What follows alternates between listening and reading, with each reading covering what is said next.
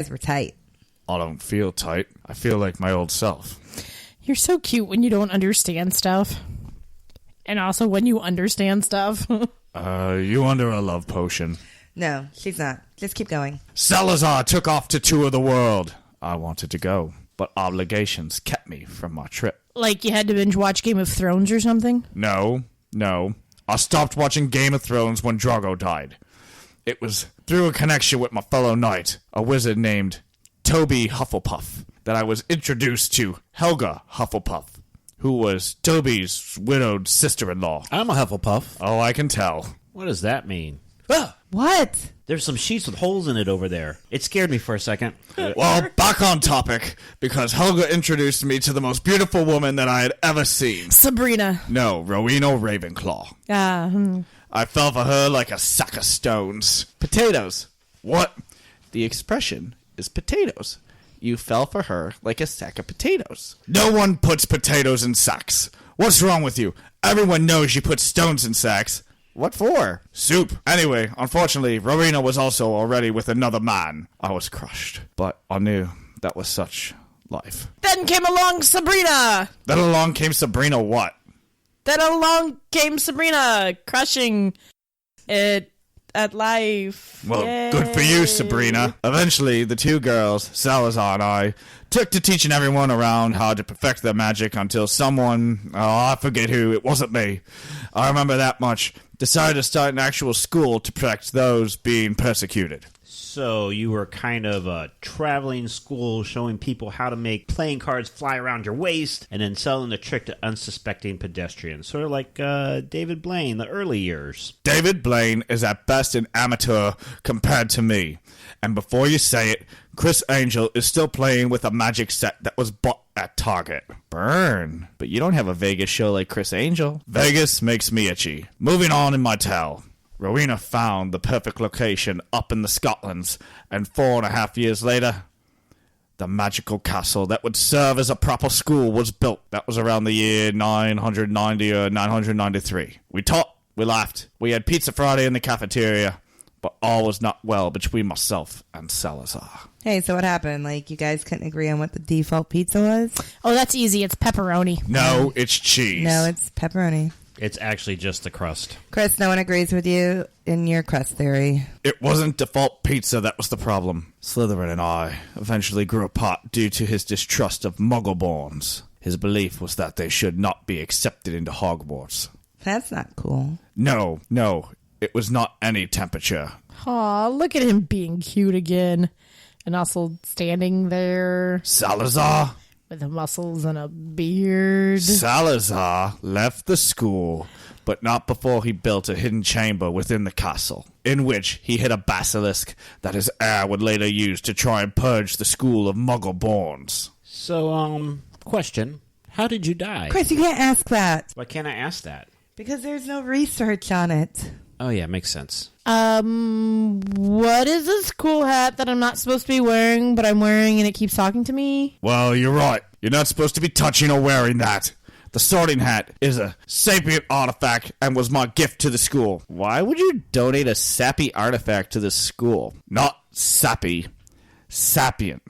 It means the ability to think and act with using knowledge, experience, understanding, common sense, and insight. Why didn't you just say that in the first place? How are we supposed to know what a sappy artifact is? We mostly know stuff like how many Alien films were made and what part Henry Morgan played on the Apple Dumpling Gang. Oh, I love Henry Morgan. Right? It's not sappy. Forget it. Anyway, the Sorting Hat helps sort the first years into the houses they belong, and also hides the sword of Gryffindor for whenever a true Gryffindor needs it. The sword will let itself be pulled out of the hat. So, can anyone pull anything else out of the hat? Only true Gryffindors can. Oh, I used to be a Gryffindor. I'm a Hufflepuff now, but that's a lot to deal with. Let's see what I can find in the hat. Like maybe Godric's phone number. I'll reach in here, feel around a bit. Do you feel that, Godric? Feel what? That's me tugging on your heartstrings. Like magic. My heart doesn't feel pulled. Oh, wait a minute. I do feel something in here. It's a can of beer. Hey, how'd my beer cooler get in there?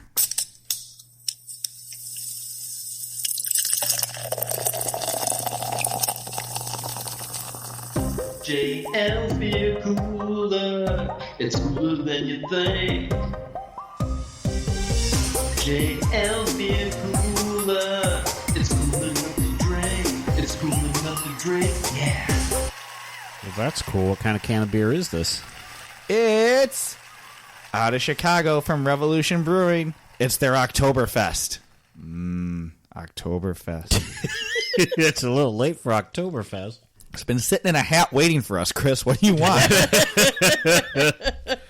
I kind of like the can, even though it's very simple, but the colors are outstanding. I'm going to give the can a 4. So stay tuned until the end of this episode when we rate the beer. We're going to rate it 1 through 6, which represents a 6-pack. Makes sense to everybody in the world except for one lone Canadian in Kissimmee.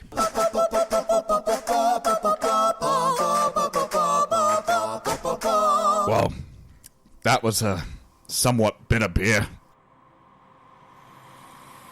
I wish I could drink beer still. I miss it so. Oh my god, guys. It's nearly Headless Nick. My full name is Sir Nicholas de Mimsy Porpington, and you must be first years. Although you all look a little old to be first years. We're not first years. We're podcasters, third years.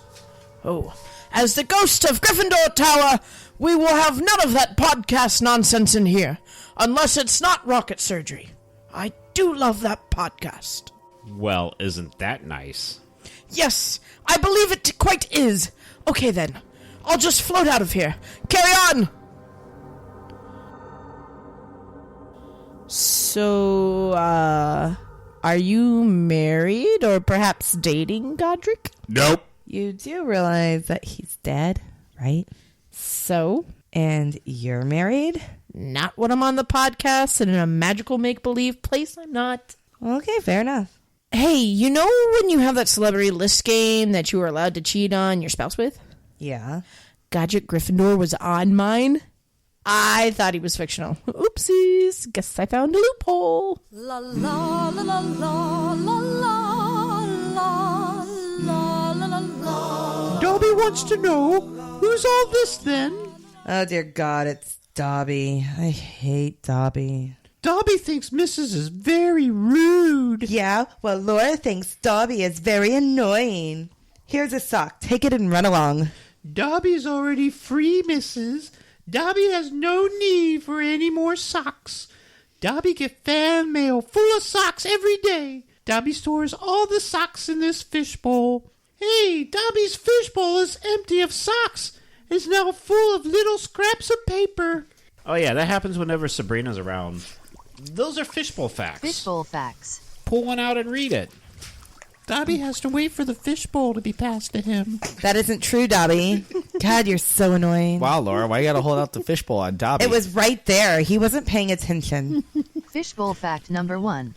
Dobby says Gryffindor Tower looks over the Quidditch pitch, Hogwarts Lake, and the Forbidden Forest. Dobby says it features a portrait of Godric Gryffindor hanging over the fireplace. Dobby says you guys try. Come on, Laura, are you gonna listen to Dobby or what? No.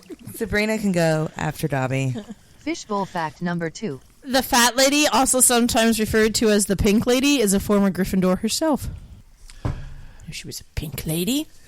Sandra D. Fishbowl fact number 3. Gryffindor translated means a griffin is a mythical creature that has the body of a lion and an eagle's head and wings. Dor in Greek means gift, so Gryffindor loosely translates to the gift of the griffin. Fishbowl fact number 4. Godric was a huge proponent for the right of Muggle-born witches and wizards to attend Hogwarts. Fishbowl fact number 5. Nearly Headless Nick's beheading was, unfortunately, botched despite the 45 chops that tried to take his noggin off. You know why? Because the blade was too dull. He died before He the was a head. dullist? He was a dullist. He was the dulliest. Not a duelist. Was he the dueliest? No, he was the dulliest. Fishbowl fact number 6. Ivana Lynch, who plays Luna Lovegood, Ravenclaw, Bonnie Wright, Ginny Weasley, Gryffindor, and Tom Felton, Draco Malfoy, Slytherin, have all said they've been sorted into a Gryffindor on Pottermore. Oh, that sucks. I know. I used to be in Gryffindor. Is this like when you had the hokey pokey and you turned yourself around? Yeah. That's what it's all about, JL. Yeah, that's what it's all about. Fishbowl fact number 7. Godric's Hollow, a village in the West Country of England, was named after Godric Gryffindor. It was home at one point or another to the Potter family and Dumbledore family. It was also the place where Lord Voldemort was defeated for the first time. Fishbowl fact number 8. Members of Gryffindor seem to have aptitude for transfiguration, including McGonagall, who turns into a cat, James Potter, a stag, Sirius Black, a dog, and Peter Pettigrew, a rat. Fishbowl fact number 9. Gryffindor's crest depicts a lion's head, and its colors are gold and scarlet. You mean red? No, gold and scarlet, just like Ohio State. You know, frankly, my dear, I don't give a damn. There we go. There it was. Dobby thinks that was fun, but it still doesn't explain who you people are. Dobby, these are podcasters. Dobby wants to know what kind of dark magic is that? Apparently they talk on those microphone thingies and broadcast to the internet. It's a bizarre thing to do. Oh, Dobby like podcasts. Except Dobby don't like pop culture radio plays. Dobby want to know if Godric would like Dobby to polish the sword. That's what she said. No, sir, that's what Dobby said. Alrighty then. I've already polished the sword. That's what she said. No, sir, that's what Sir Godric said. She's Dobby Laura's right. You are annoying. See? I didn't polish the rubies. Oh, Dobby think Godric should start with the rubies. I don't like to start with the rubies. They are the hardest point. Dobby, start with the hardest part. Then it's quicker that way. By the way, Dobby heard Griphook the Goblin is telling everyone you stole the sword again. You stole the sword? I did not steal the sword. Griphook is daft. I had the sword forged by the goblin Ragnarok the First. Ragnarok? What? Nothing. Carry on. I did not steal the sword from Ragnarok.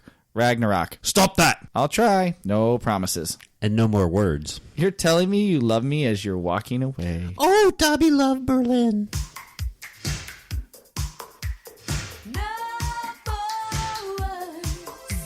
This is all merely part of Griphook's goblin mistrust and prejudice against wizards. I commissioned Ragnarok the First to make the sword for me under very specific specifications. Once Ragnarok, don't say it, I wasn't. Once he had made the sword, he was so fond of it that after he had presented it to me, he told the goblins it had been stolen and sent minions to retrieve it for him. Oh, that's sucky. Very, as you say, sucky. So I defeated the goblins using magic. But instead of killing them, I bewitched them to go back to Ragnarok. Damn it! Bugs Bunnied again.